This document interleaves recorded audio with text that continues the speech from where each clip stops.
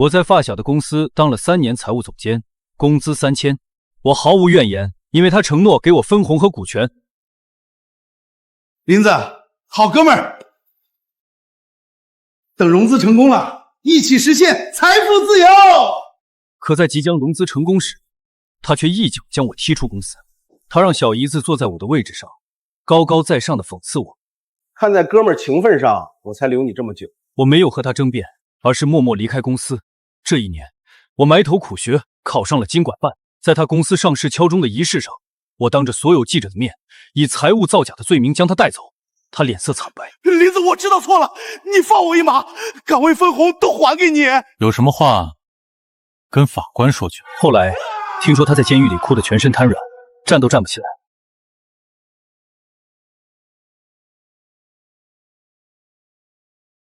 林子，账做的怎么样了？为了融资上市，赵厚德指使我篡改财务报表，欺骗投资人。我坚守原则，多次拒绝他。抱歉，违法的事我做不了。让你做个账，还推三阻四的，不做就滚！你明天不用来了。要我说，财务就不应该让外人当，还是自家人靠得住。王美娟是赵厚德的小姨子，高中肄业，没有工作经验，靠着和赵厚德的暧昧关系和绝对服从，成了他的心腹。我没有理会王美娟看向赵厚德，他却表现得极其无奈。林子，刚毕业的时候你没工作，我能看在情分上收留你，但现在公司做大了，财务总监这个位置你坐不稳。听到这个说法，我只觉得好笑。我毕业于顶尖高校的金融系，以专业第一的成绩毕业，却来到这家初创小公司。我来的时候，厚德的财务是一笔烂账，全靠着我不眠不休，一点点梳理清楚，搭建财务体系。这些年财务、税务、法务，我一把抓，每一轮融资资料都是我精心准备的。我坐不稳这个位置，难道王美娟能？我知道她不过是想借题发挥，如果能在上市前赶走我，她就不用给我股份了。好，我走。这些年多谢德哥照顾了。他似乎没想到我答应的这么快，满脸惊喜地拿出一份离职合同，上面的签名和日期都是宜早填好的。既然你决定了，我也不勉强留你。你是主动离职的，按理说没有补偿，但这3000块钱算是我个人给你的。如今我明白了，我们从小到大的兄弟情谊只值3000块。我收下了钱，在离职声明上签下自己的名字，我们的情分也到此为止。我回到自己的工位，开始收拾东西。黑了一角的显示器被手指盘到温润的键盘，见证了我这3年光阴。当年赵厚德创业缺少资金，买不起办公设备，这些都是我自费购买的。那时他说，对不住了林子，你放心，等有钱我给你报销，不会让你吃亏。就连这句承诺他也没有兑现。你别把公司的东西拿走了，尤其是公司资料，那都是机密。你放心，不是我的东西我不会拿走。你说没有就没有。保安，给我搜，别让他带走不该带的东西。我没想到王美娟竟然会如此羞辱我。林子，别介意，这就是走个流程。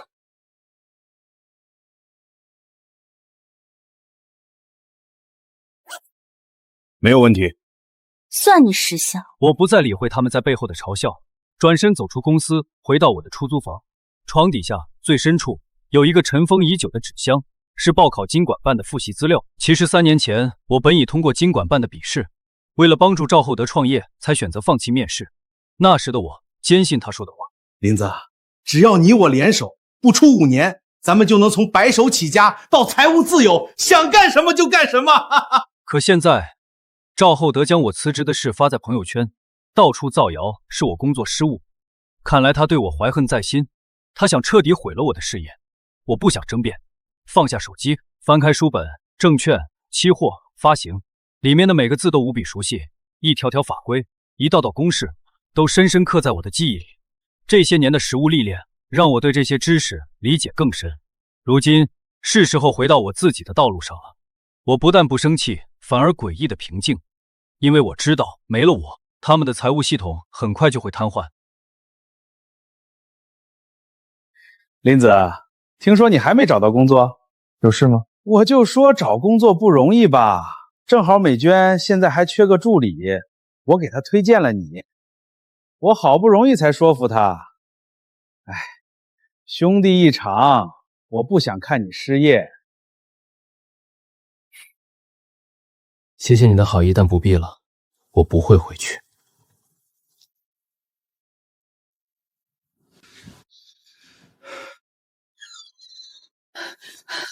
大林啊，工作怎么说不干就不干了？是不是出什么事儿了？不行，还是我求求人，让你去考银行吧。工资不多，至少稳定。爸妈，你们别担心。我们能不担心吗？你什么都不和我们说，这事儿还是你赵叔告诉我们的。你忙起来几个月都不回家，你妈天天胡思乱想，你这孩子。爸爸拍了拍妈妈的肩膀，没有再说什么。你先拿着花，不够跟妈说。为了维持生计，我在附近找了个咖啡店的兼职，却没想到，钱总这边。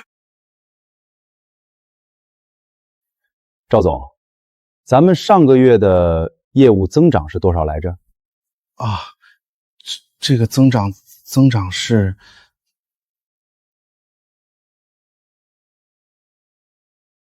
赵总，怎么连公司的业务数据都不记得了？钱总是顶级资本的投资总监，也是厚德科技的投资人，此前一直由我对接。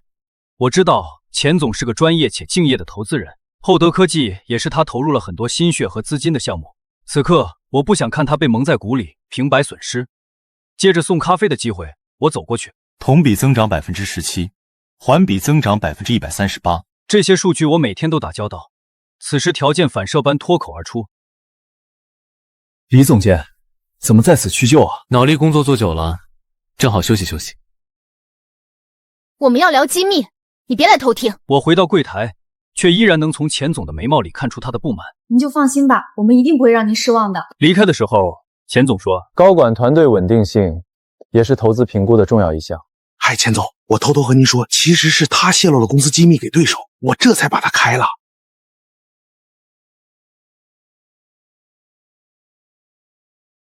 你被客人投诉了，这几天的工资扣光，明天你就不用来了。接下来的几天，赵厚德利用人脉，将他编造的谣言散播的到处都是。你们可一定别被他骗了。小李啊，他泄露公司机密，是我好心才没把他送进去。赵总，还是你有办法。导致我进入行业黑名单，投出去的所有简历都石沉大海。我又找到一份在酒吧的兼职，每天晚上7点上班，工作到凌晨。凌晨回家后，我只睡上几个小时就爬起来学习，困了就喝咖啡，饿了就吃泡面。因为疲惫和缺觉，我的黑眼圈越来越重，看上去就像是游荡的孤魂野鬼。再加上昼伏夜出的作息，很快邻居中传起了风言风语。季青青也没有正经工作，天天大晚上往外面跑。而且你看他那虚的样，怕不是吸那个了？真的吗？那我们快离他远点，都说吸的人有传染病，我可不想和这种人当邻居。我们去找物业。很快，房东就找上门来让我搬走。小李，邻居们意见太大，我也没办法。押金我退给你，尽快搬走吧。我没有争辩，只是点了点头。刚好为了节约开支，我也要搬到更省钱的房子。小城市的流言总是传得很快。你们听说了吗？老李家的儿子在夜店上班。啥是夜店？上啥班？就是不正经的地方端茶倒水伺候人呗。你说老李那儿子学历那么高，放着好好的工作不干，非要不务正业。你们别胡说，我儿子不是不务正业，他只是暂时的。行了，老李，你别解释了，我们都懂。我儿子很优秀，我们都为他骄傲。谁知道是不是上梁不正下梁歪呢？他一时动气，竟然晕了过去。我赶到医院时，听见他和我妈说的话。我祝愿别让儿子知道，他最近本来就不容易。咱们不能再给他添麻烦了。爸爸当了一辈子工人，也老实本分了一辈子，却要在本该享福的年纪承受这些，这都是我的错。李黎，你怎么在这儿？小薇，吴薇是我的前女友，我们已经分手1年了。她正是在这家医院急诊科工作的护士。今天我正好值班，就顺便照顾一下。毕竟之前叔叔阿姨对我很好。谢谢，麻烦你了。不麻烦，是我的分内之事。我们相对无言，气氛尴尬。正巧这时妈妈走了出来。阿姨，我来给叔叔换药。来得早不如来得巧，都是一家人，快进来。然后尴尬的变成了3个人。医生说爸爸本就有高血压，这次是情绪太激动才会晕倒，以后要避免情绪波动。他明明很虚弱，却还装出一副坚强的样子来安慰我。我没事，明天就出院了。倒是你，赶紧回去忙你的。爸妈，对不起，让你们担心了。我很愧疚，我想着对赵厚德君子报仇10年不晚，却连累了爸妈跟我担心。都是一家人，说的什么话？我只能沉默。走出病房，吴威叫住了我，他递给我一瓶水，嫌弃地看了眼我起皮的嘴唇。我接过水，道了谢。你不用太担心，叔叔没什么大事。我知道，谢谢。我们之间又是尴尬的沉默，片刻后又同时开口。我相信你。当年我们分手，就是因为我的这份工作。吴威始终认为赵厚德不可靠，我跟着他干不会有出息的。你到底什么时候辞职？我暂时不打算辞职。我就不明白了，你学历又好，能力又强，为什么非要在这个臭水塘里泡着？就因为赵宏德是你发小？我答应过他，会和他一起把公司做上市。他就是个骗子，他骗你的。事实证明，他说的对。我下定决心，我会让这一切的始作俑者付出代价。赵厚德的电话再次打来，这已经是他今天打开的第7个电话了。我开启录音后，按下了接听。林子，明天你回来一趟。有事儿。很多材料你交接的不清楚，美娟没法接手啊。所有的材料我都放在了交接文档里，不可能存在不清楚的情况。不过我只是平静地说：“好，我明天过去。”第2天，我如约回到了厚德科技，公司里的气氛和以前不一样了，所有人都显得焦躁和慌乱，不用说话就知道他们现在的处境有多崩溃。林子来了，快进来，你看，这个，还有这个。你走之前做的账全是乱的，好多发票对不上，报表也评不了，这不是给我挖坑吗？王美娟见到我的第一句话不是请教，而是指责。她把她弄错的地方都归咎到了我头上。交接文档我写了47页，每一笔账的来龙去脉，每一个科目的逻辑关系，每一条报税的操作步骤都写得清清楚楚。那么多谁会看？流程不对可以直接对照文档，报表不平是因为你连借贷方向都分不清。至于发票对不上，发票对不上的原因，想必他们应该最清楚，那是因为他们虚报了许多费用来套现。林子，美娟她还是经验不足。赵总，我交接完了。我该说的都说了，该做的都做了，他们听不听得进去是他们的事。是你说的，他回来能把问题都解决，现在你自己看着办。赵总别生气，要不咱们再想想办法。你有办法你想。李林不是孝顺吗？不如……我为了备考，拉黑了赵厚德的所有联系方式，怎么都没想到他会把主意打到我爸妈身上。他带着果篮来看望我爸，不顾我爸还在病重，也不顾我妈的赶课，只是为了让我爸劝说我再回去给他工作。叔叔您看，林子从我那儿离开后，到现在也没找到工作，正好您再劝劝他。他的性格你也知道，眼高手低的。你不用说了，林子自己决定的事儿，我们也改变不了。你走吧，果篮也拿走，我们不要。阿姨，赵总也是好意，李林在厚德手下好歹有一份稳定工作，您和叔叔年纪也大了，总不能养他一辈子吧？你们走！叔叔您别激动，我今天来就是想跟您说，林子要是愿意回来，我赵厚德不计前嫌，工资照发，该给的待遇一分不少。您劝劝他，别犟了。对啊，叔叔阿姨，李林的账做得乱七八糟，工作能力也一般，赵总愿意收留他，是赵总心善。是吗？他985院校专业第一毕业，你说他干得不好？在你这儿干了3年，拿了3年3000块的工资，你有什么资格说他不好？这3年他省吃俭用，每个月还给我们钱，你说他眼高手低，你说他找不到工作。哎，阿姨，我不是那个意思。那你是什么意思？你带着这个小妖精来医院，是来看我家老头的，还是来耀武扬威的？你说谁是小妖精？我说你，天天跟你姐夫不清不楚，你以为别人瞎吗？要不要我打个电话把你姐叫来，让她也来医院看看？我妈的话让赵厚德和王美娟都愣住了，他们没想到我爸我妈已经被气进了医院，却依然选择相信我。王美娟没想到我妈会直接捅破这层窗户纸，她顿时像是被踩了尾巴的老鼠一样叫起来：说话要负责任的，你懂不懂？我已经很负责了，你们要是再不滚，我就去找个喇叭在医院门口喊，让大家听听你们那点破事儿。妈！这一刻，我再也控制不住自己，顾不上什么隐忍，什么计划，我只想让他们付出代价。就在我一拳即将挥到他脸上时，吴威从身后抱住了我。李林，你冷静，你别忘了你的目的。吴威理智冷静的声音冲散了我的冲动，而赵厚德也认出了吴威，他有些意外，然后便满脸讥讽：哟，这不是小薇吗？怎么你们两个又搞到一起了？林子，你还真是有本事啊！前脚被公司开了，后脚就把前女友哄回来了。你当初不是挺有骨气的吗？说什么不辞职就分手，现在怎么又巴巴的贴上来了？我的拳头越攥越紧，吴威紧紧抓住我的手臂，我逐渐冷静下来。保安，他在病房闹事，快把他赶出去，然后报警。保安把吵闹的赵厚德架了出去，他似乎觉得自己遭到了极大的侮辱，还在放狠话：李林，你给我等着，咱们走着瞧！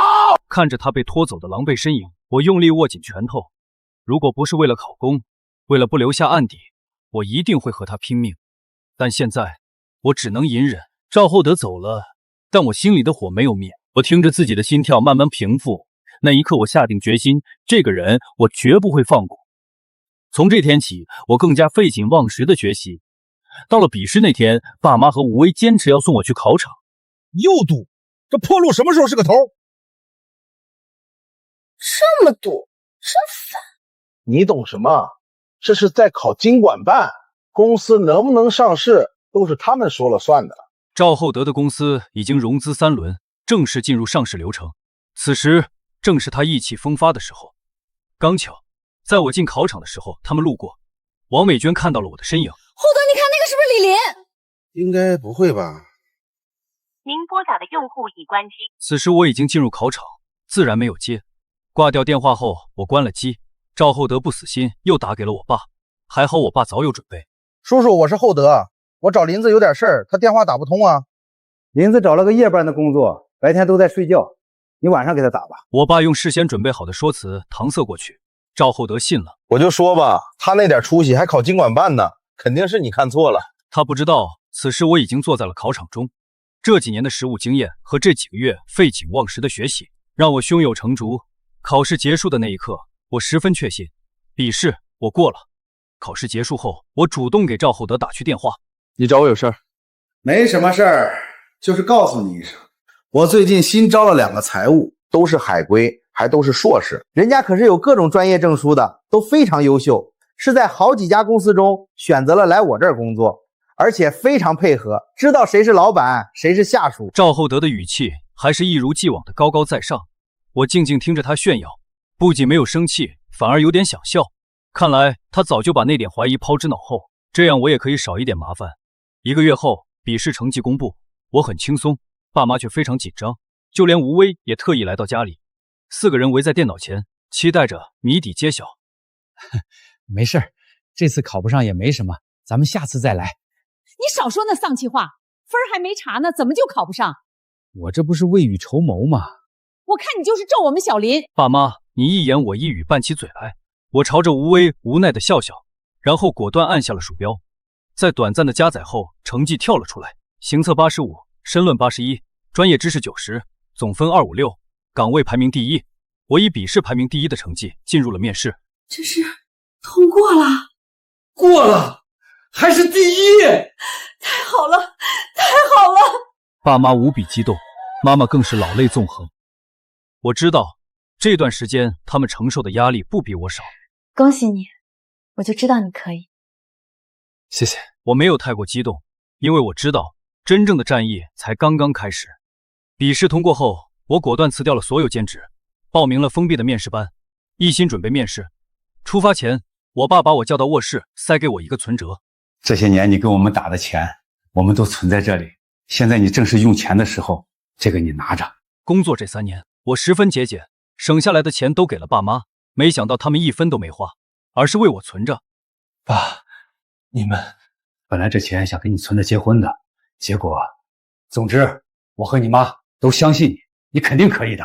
我没有拒绝，而是接下了存折。我知道这样才能让他们放心。拎着行李箱离开家时，我妈像是第一次送我出远门那样，给我塞了自己腌的泡菜和晒的香肠。妈，我只去半个月，而且我是去学习的。学习更要吃好，谁知道那地方的饭菜合不合胃口？我哭笑不得，只好认真收好妈妈的心意。封闭培训期间，我断绝了一切外界联系，不接电话，不回消息，每天从早上8点学到晚上10点，模拟面试练到嗓子沙哑。赵厚德也没有时间关注我，他的公司已经发布招股书，正处在上市前最紧张的阶段。不过如今他的新闻已经不会影响我，我在一步步稳稳走着自己的路。很快就是面试的日子，看着候选人一个个进去面试，说不紧张是假的。轮到我时，面试官都有些疲惫，他们先是问了几个常规的专业知识，我对答如流。最后一个问题，你认为作为一名证券监管人员，最重要的素质是什么？道德和法律底线，任何时候都不能越过这条线。如果有一天你发现你的亲人朋友涉嫌违法，你能做到大义灭亲吗？能。大义灭亲？可以，当然可以。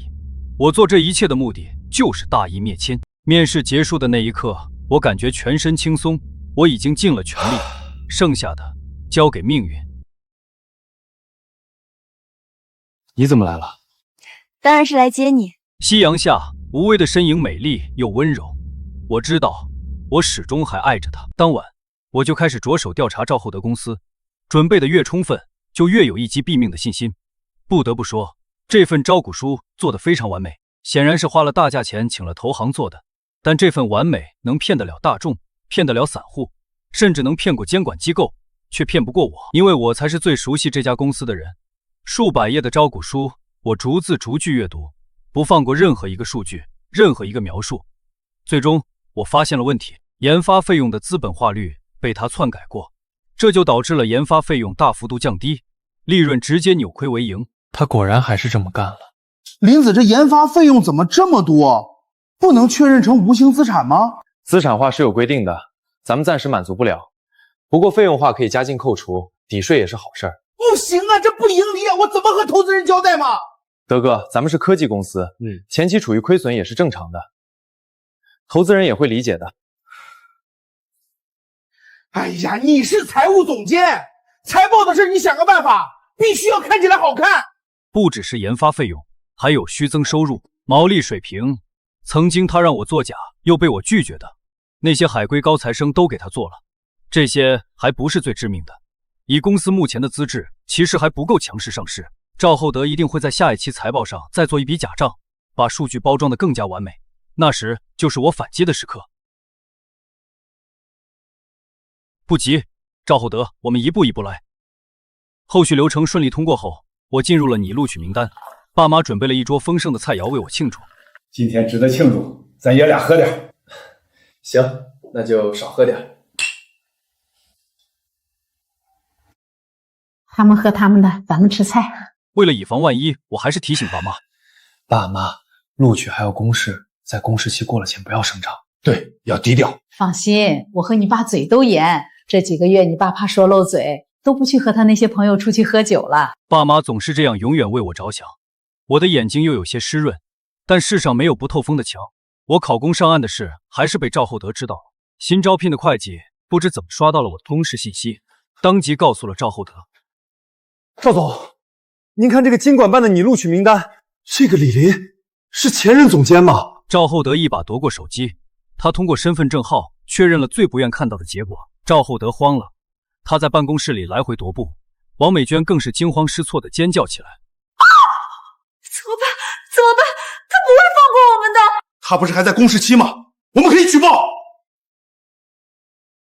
举报？没错，他是因为泄露公司机密被开除的。只要我们能拿出证据，他就完了。赵厚德为了让我被淘汰，完全不择手段。他伪造了证据，将谎言编造的有鼻子有眼，然后将举报信发给有关部门。还想上岸经管办？你做梦去吧！收到举报后，调查人员上门找我核实，他们严肃地质问我泄露公司机密一事是否属实。我从容地拿出一个文件夹摆到他们面前，这里是所有聊天记录、通话录音和不涉密的财务信息。我猜您应该收到了关于我泄露公司机密的证据，无论是聊天记录还是邮件往来，都是他们利用我的工作账号伪造的。您可以查证发送邮件的 IP 地址以及发送时间，应该用 PS 软件处理过，用专业的手法一查便知。我当然不会坐等赵厚德陷害我，从离职的那一刻起，我就在准备这些证据。你早就知道自己会被举报？是的，举报仍然因为我不配合对我怀恨在心。在我离职后，他更是长时间污蔑我，所以我早有准备。以赵厚德和王美娟的智商，他们做不出更复杂也更严谨的局，只有这些经不起追查的可笑手段。我知道，就算我没有提供这些，你也一定会还我公平。你的证据很详细，也很严谨，你很专业。谢谢。送走了调查员，我继续调查厚德公司，直到几天后，我收到了正式的录用通知。得知举报失败后，赵厚德几乎发疯，他拼命压榨新招聘的财务。你们一定要把账做完美，一点差错都不能有，知道吗？放心吧，赵总，他们都是海归硕士，比李玲学历高多了，他们做的账，李玲肯定查不出来。赵厚德信了王美娟的话，脸色缓了下来。他天真的觉得学历高的就是厉害的，可他不知道学历和能力是两码事，和逍遥法外更是两码事。上市的时间越发临近了，赵厚德特意请我全家吃饭，名义是庆祝我上岸，实际上心思十分歹毒。来，林子，恭喜你考上公务员，以后咱们打交道的时间更多了。酒过三巡，赵厚德终于忍不住透露这顿饭的目的。林子，你说你从我那儿走，就是为了当个破公务员？公务员的死工资能赚几个钱？你还没买房吧？这么下去，什么时候能买上？我不急，你也不用替我操心。你是不知道现在查的严，别说灰色收入了，就连补贴奖金都通通没了。说是什么人民公仆，还不是服务员？是吗？可不嘛！尤其你这经管办，以后就是给我们这种上市公司当服务员的。你当初要是老老实实跟我干，现在早就年薪100万了。他似乎没想到我无动于衷，又要从吴威身上下手。小薇，你也不说说他，你天天上夜班那么辛苦，林子要是赚大钱，你也能早点回家享福，是不是？没有年薪100万，你会觉得不平衡吗？我不在乎赚多少钱，我只在乎赚的钱干不干净。入职后，我主动申请参与厚德财务的上市项目。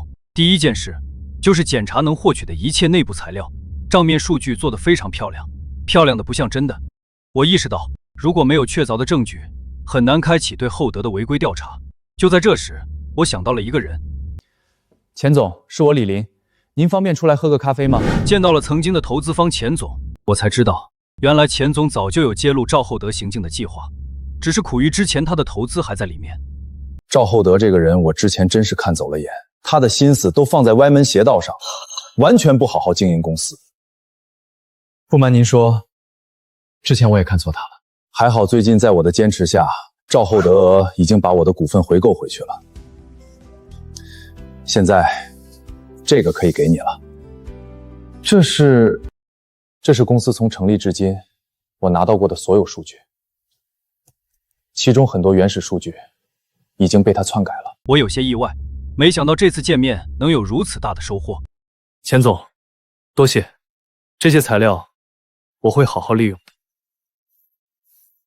合作愉快。赵厚德以为删掉所有记录就可以当不存在，他不知道，只要是发生过的事，必然会留下痕迹。这次见面，我和钱总达成了默契。钱总以内部举报的名义为我提供内部证据，包括虚假合同、资金挪用、伪造收入等，而我则负责揭露造假，保护投资人。我天天加班到半夜，跑税务局调取纳税数据，到银行核对资金账户，走访客户公司核查订单真实性。最忙碌的几天，我索性睡在单位。这天我又是加班到深夜，却接到了吴威的电话，他正在楼下等我。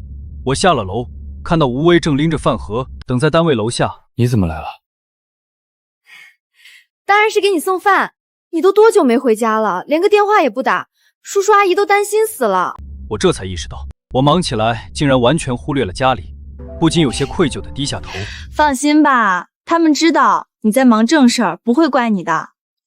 这不，特意让我给你送饭。我接过饭盒，里面一格一格满满的码着的都是我最爱吃的。吃着热腾腾的夜宵，我觉得自己好像有用不完的精力。我整理了证据，通宵写完了报告。次日一早，我早早等在领导的办公室门口，将写好的报告交给他。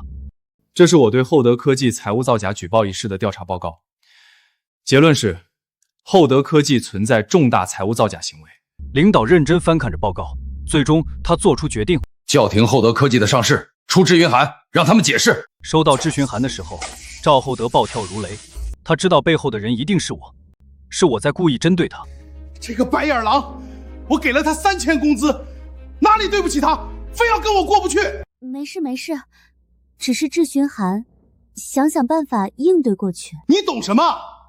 不能安息上市，资金链就断了。赵厚德之所以急于上市变现，是因为之前融到的资金已经被他挥霍大半。更致命的是，他签了对赌协议，不上市要赔巨额违约金。继续冲，不管怎么做，付出什么代价，也要上市，上市再慢慢掩盖。可是，赵总，你有意见，有意见就滚蛋！赵厚德已经完全疯狂，在他的威压下，众人噤若寒蝉，只能陪着他一起在作假的不归路上狂奔。而他不知道，我一直在等这一刻。收网的时候到了。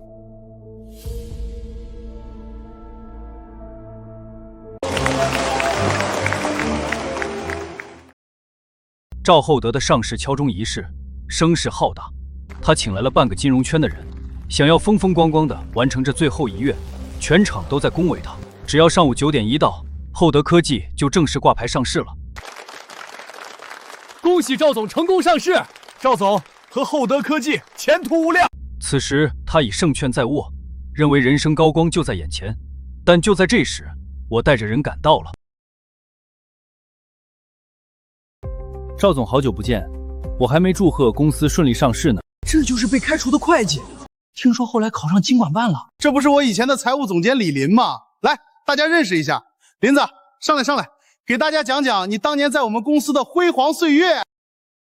赵厚德以为我是来给他道喜的，他不会轻易放过任何一个可以羞辱我的机会，而我等的就是这个机会。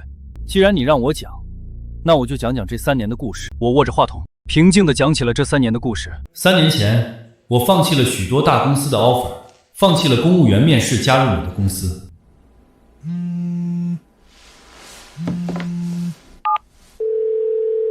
德哥，我跟你干。你说我们是好兄弟，承诺融资成功后给我股份和分红。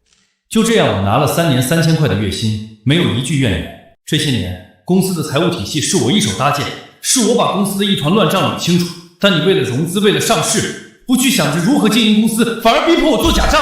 我拒绝你后，你就以此为名将我开除，又造谣攻击我，甚至不惜虚假举报。赵厚德的脸色难看极了，他没想到我会在这种场合当着所有人的面把那些事抖出来。李林，你胡说什么？保安，快把这个搞事的拖出去！现在我代表经管办宣布，厚德科技存在重大财务造假，上市流程终止，相关人员接受调查。你胡说八道！你这是故意报复！你就是因为我开除你怀恨在心，你有什么资格叫停我的上市？你算什么东西？把他赶出去！把他给我赶出去！赵厚德彻底抓狂了，他觉得我就是来搅局的，就是来报复他的，但他似乎没想过我岂会用1整年的努力和他开玩笑。把他给我赶出去！经管办决定暂停厚德科技有限公司上市进程，这是正式文件。你有什么证据？你有什么资格？你根本就是公报私仇！这是贵公司从对公账户转到你个人账户的300万，至今未还。按照税法，视同分红，应缴个人所得税60万。赵总，这笔税你交了吗？这是贵公司虚增收入的合同，合同编号、金额、对方公司，但对方公司负责人告诉我，他们从未签过这份合同。还有更多的证据，你需要吗？你问他，这些都是他经手的，我不知道。我什么都不知道，都是他让我做的。他们狗咬狗的样子十分可笑，我以为他们至少还会多撑一会儿的。赵厚德、王美娟，你们涉嫌厚德科技财务造假，请配合调查。李林，你就这么对我？咱们从小一起长大的，你放我一马，你要什么我都给你。赵总，有什么话还是留着慢慢交代吧。这样一出好戏，我怎么会不邀请赵厚德的妻子看呢？她的丈夫和亲妹妹背着她搞在一起，这么久了，也该让她知道了。美颜，赵厚德，你给我等着，我和你没完！现在该怎么办？李林这次是真的要把我往死里逼啊！事到如今，没有别的办法了，我们明天跟你一起上门去求他，就不信他不松口，肯定会答应放过你的。那我明天换一身衣服去，态度放软一点，好好跟他道歉。赵厚德的父母花了大价钱给他办了取保候审，又带着他登了我家的门。老姐姐，你行行好，劝劝李林吧，我们家厚德知错了。看在咱们两家认识几十年的份上，让李林放过厚德吧，我们必有重谢。对，没错，我给他一半，不，我可以所有我的股份都是他的，还有我的房车，只要他放我一马。林子，我错了。我真的知道错了，现在我老婆和我离婚了，孩子也不认我了，我已经什么都没有了，我就求你放过我，不能坐牢啊！你把那个案子撤了吧，你要什么我都给你，股份全还给你，房子我送你一套，钱你要多少都行。事到如今，他还以为钱是万能的。赵厚德，你竟然还执迷不悟！我告诉你，法律不是买卖。李林，你非要赶尽杀绝？不是我赶尽杀绝，是你自己一步一步走到了今天。李林，既然你不让我活，我也不让你好过，大不了我们鱼死网破。赵厚德花钱买了水军，雇了写手，专门写抹黑我的小作文。一夜之间，关于我的负面文章铺天盖地，舆论发酵了，不明真相的路人被带节奏网暴我。爸妈也刷到了这些，他们表面装出无所谓的样子，实际我看到爸爸缓慢且不熟练的打字，拼命试图澄清。妈妈则背地里偷偷抹眼泪，每当我试图劝慰他们，他们又会装出不以为意的态度让我放心。终于，舆情也传到了领导的耳中，领导特意找我谈话。李林，外面的舆论你也看到了，我代表局里和你谈一谈这个问题。领导，我知道。那你告诉我，你查赵厚德到底是为了什么？是为了个人恩怨，还是为了公平正义？领导，我承认赵厚德对不起我。但查他的案子从头到尾我没有夹带任何私心，他确实犯了法，而且证据确凿。我查他不是因为他是赵厚德，而是因为他犯了法。我们这个社会不能让守法的人吃亏，让违法的人逍遥。如果因为他曾经得罪过我，我就不能查他，那还不知有多少坏人会以此借口逃脱制裁。好，我信你，局里会给你一个公正的结论。面对局里的内审小组，我也早有准备。这是赵厚德指使我做假账的电话录音，这是我离职时完整的交接文档，这是赵厚德在朋友圈造谣我的截图。我把所有证据整理好，上交单位。从赵厚德第一次让我造假开始，我就有意进行留痕。果然，这些东西再次派上了用场。单位内部经过严格审查，一致认定了我的清白，并发布了公告。经管办现就厚德科技有限公司相关情况发布公告。经调查，赵厚德举报李林同志的内容不实，李林同志依规办案，程序合法。厚德科技财务造假一案将继续依法查办，不受舆论干扰。官方公告一出，舆论瞬间反转，曾经骂我的那些人开始转头骂起了赵厚德。而今，我已经作为调查组一员，正式进驻厚德科技。这一次是全面彻底的清查。我带着调查组进驻厚德公司，封存账本，冻结账户，固定电子数据，每一步都合法合规，铁证如山。王美娟坐在角落的椅子上，双手发抖，脸色惨白。我全都说是赵厚德让我这么做的，我什么都不懂，我只是听他的。初中学历的他对财务一窍不通，直到如今才意识到自己可能要坐牢，他的心理防线彻底崩溃。他全盘供出了在赵厚德指使下造假的全过程。快点，车在楼下等着，我们先去东南亚，等风头过了再回来。赵厚德知道大势已去，他决定带着王美娟卷款偷渡出境。赵宏德、王美娟，你被限制出境了，请跟我们走。我太了解自己这个发小，知道他一定钻空子跑路。正规出境已经被限制，这里是唯一的偷渡路线。李林，你放过我吧，我求你了。早知今日，何必当初？庭审当日，我特意请了假来旁听。经审理查明，被告人赵厚德犯欺诈发行股票罪、违规披露重要信息罪、挪用资金罪，数罪并罚，判处有期徒刑8年，没收全部个人财产，并处罚金人民币100万元。被告人王美娟犯欺诈发行股票罪、违规披露重要信息罪，判处有期徒刑5年。赵厚德被判了重刑，当庭认罪，痛哭忏悔。那些海归会计们也因参与造假而有牢狱之灾，被追究了法律责任，职业生涯彻底断送。看着赵厚德锒铛入狱，比起开心，我更多的是释然和唏嘘。曾经我们也是亲密无间的好友，只是因为他的一己贪欲，才会走到今天这步。厚德科技的案子了结后，我得到了公开表彰。李林同志坚守底线，秉公执法，专业过硬，经局组织研究决定，授予李林同志新人标兵称号。转眼间6年过去了，期间我办了几个大案子，如今被调任到首都。最重要的是，我已经成了家，有了爱人和孩子。爸爸要去首都工作了，你跟妈妈一起搬过去好不好？好。单位分了房子，我将爸妈也一同接过去。我们一家5口要在新的城市开启新的生活。老李，你这一搬走，真就不再回来了？你家林子真是有出息了，都能去首都工作了。就是，我们还指望跟着你们沾沾光呢。哪里，就是把老房子卖了，肯定还会回来看看的。在村民们羡慕的目光里，有人提起了赵厚德。你们听说了吗？老赵家那孩子出狱了。听说了，但听说人已经疯了，不太正常。判决后，赵厚德接受不了如此大的打击，精神失常。离开村子时，我再次见到了赵厚德，曾经的上市公司老板，如今在村子里捡垃圾度日。这也是我最后一次见到他。从3000月薪到经管办，从被扫地出门到送他入狱，这条路我走了4年。我没有报复谁，只是做了一个普通人该做的事，坚守底线，相信法律，然后一步一步踏实地向前走。